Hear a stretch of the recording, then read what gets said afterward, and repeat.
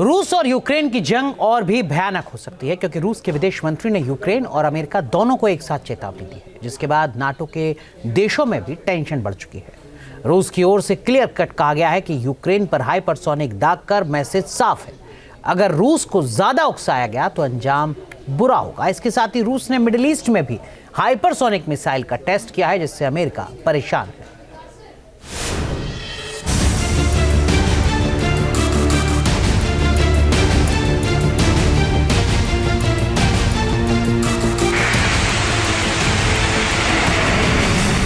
क्या यूक्रेन पर फिर हाइपरसोनिक मिसाइल दागेगा रूस?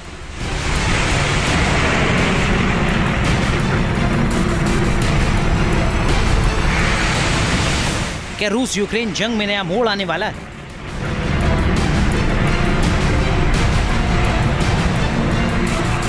क्या मिसाइल की बारिश से कांपेगी यूक्रेन की धरती?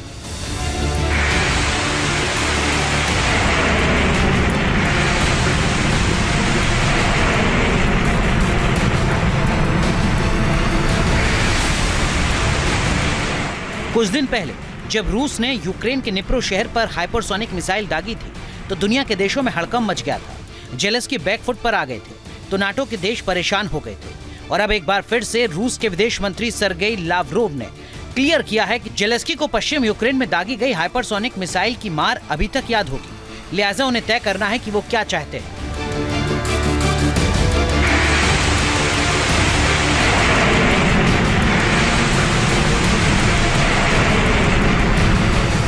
क्योंकि पुतिन की ओर से बार बार क्लियर किया गया है कि रूस अपनी सुरक्षा के लिए किसी भी हद तक जा सकता है और रूस की सेना ने ऐसा करके एक बार नहीं बल्कि कई बार सबूत भी दिए हैं। और अब यही बात यूक्रेन को धमकी देते हुए रूस के विदेश मंत्री लावरोव ने कही है।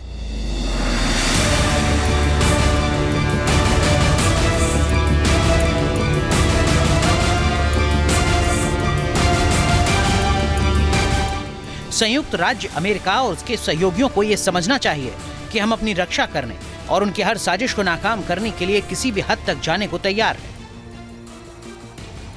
पुतिन के ओरेशनिक मिसाइल के निशाने पर यूरोप के कई देश हैं, लेकिन सबसे बड़ा खतरा तो अमेरिका पर मंडरा रहा है, क्योंकि अमेरिका ने रूस की घेराबंदी करने के लिए यूरोप के कई देशों में अपने बेस बना रखे हैं, जहां पर F-35 से लेकर कई विनाशक हथियार तैनात कर रखे हैं।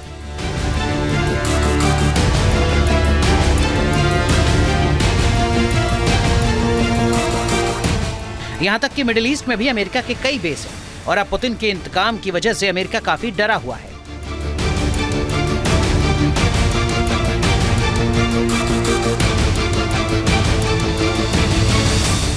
अमेरिका का कुवैत में बेस है, जिसकी रूस से दूरी 2100 किलोमीटर है।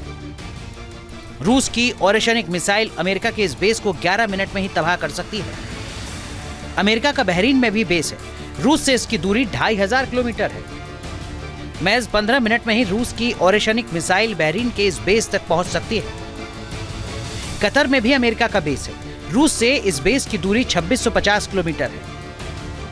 रूस की ओरेशनिक मिसाइल को यहां पहुंचने में 12 मिनट लगेंगे। जिबूती में भी अमेरिका का बेस है, रूस से इस बेस की दूरी 4100 किलोमीटर है। महज 20 मिनट में ही ओरेशनिक मिसाइल इस बेस को तबाह कर सकती है।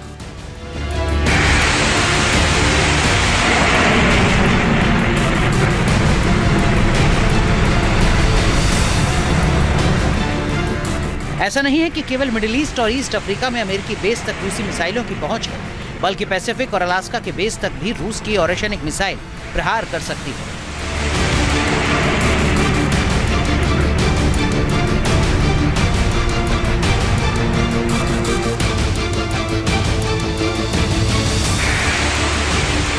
सबसे खास बेस तो गुआम है, इसको भी ओरेशनिक मिसाइल टारगेट कर सकती है।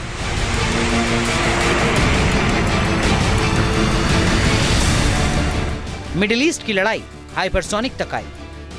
यूक्रेन में हाइपरसोनिक मिसाइल का भी इस्तेमाल कर सकता है, क्योंकि यह जंग अभी आखिरी क्षणों में है और रूस और यूक्रेन दोनों देश जानते हैं कि एक बार अगले महीने में डोनाल्ड ट्रंप ने अमेरिका के राष्ट्रपति की शपथ ली, उसके बाद उनकी पहली कार्रवाई होगी रूस यूक्रेन युद्ध को बंद कराना। इसलिए अगले एक महीने में तकरीबन रूस और यूक्रेन अधिकतम से अधिकतम प्रहार करेंगे एक दूसरे पे, ताकि उन्हें ज्यादा से ज्यादा मुनाफा मिले अगले कुछ समय में।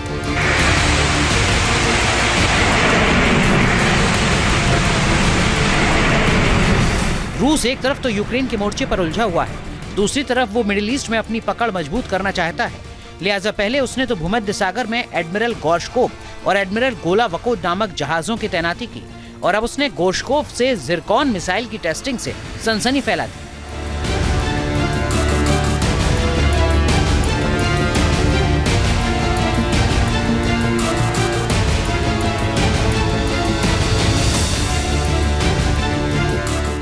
इसके साथ ही रूस के बड़े सैन्य अफसर ने अमेरिका को क्लियर कट संदेश दिया कि वो भूमध्य सागर में हाइपरसोनिक मिसाइल का टेस्ट कर रहे हैं।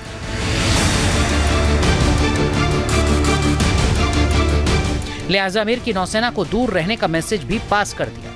मतलब कि पुतिन की सेना मिडिल ईस्ट में अपने दबदबे के लिए चक्रव्यूह रचना शुरू कर चुकी है, जिसके केंद्र में अमेरिका है।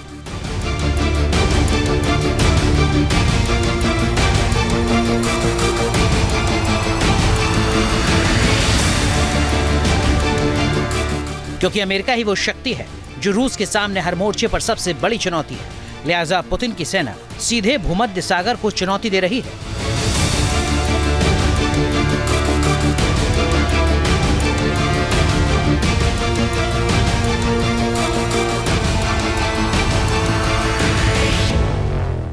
Team news nation.